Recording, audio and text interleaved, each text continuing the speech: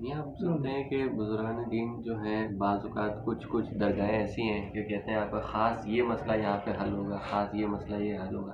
کراچی میں کوئی ایسی ہیں کہ کوئی کام اگر ہے تو وہاں چلے جائیں؟ ہاں، میں نے یوں تو یعنی بزرگوں سے یہی ہے.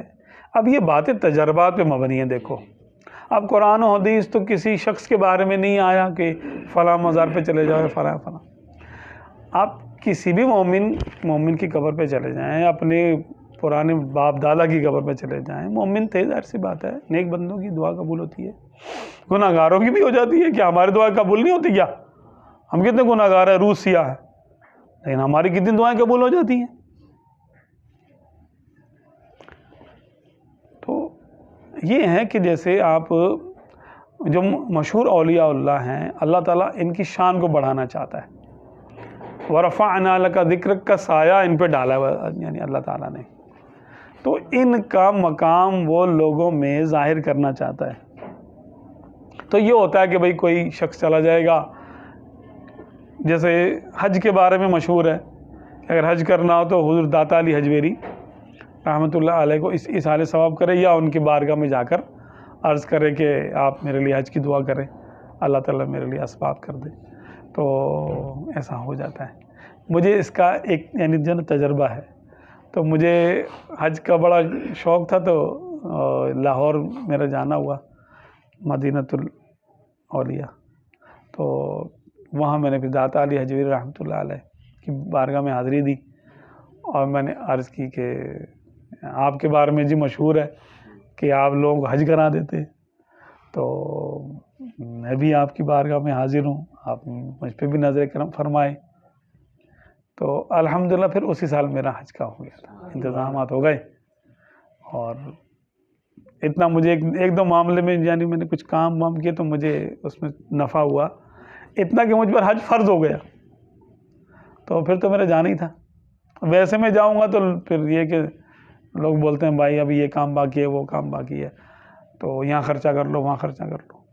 لیکن اب ایک حج فرض ہی ہو گیا تو جانا ہی تھا، وہ تو پھر کوئی بھی نہیں روکا کسی نے. تو اس طرح کا یعنی تجربہ ہے. اسی طرح عمرے کے لیے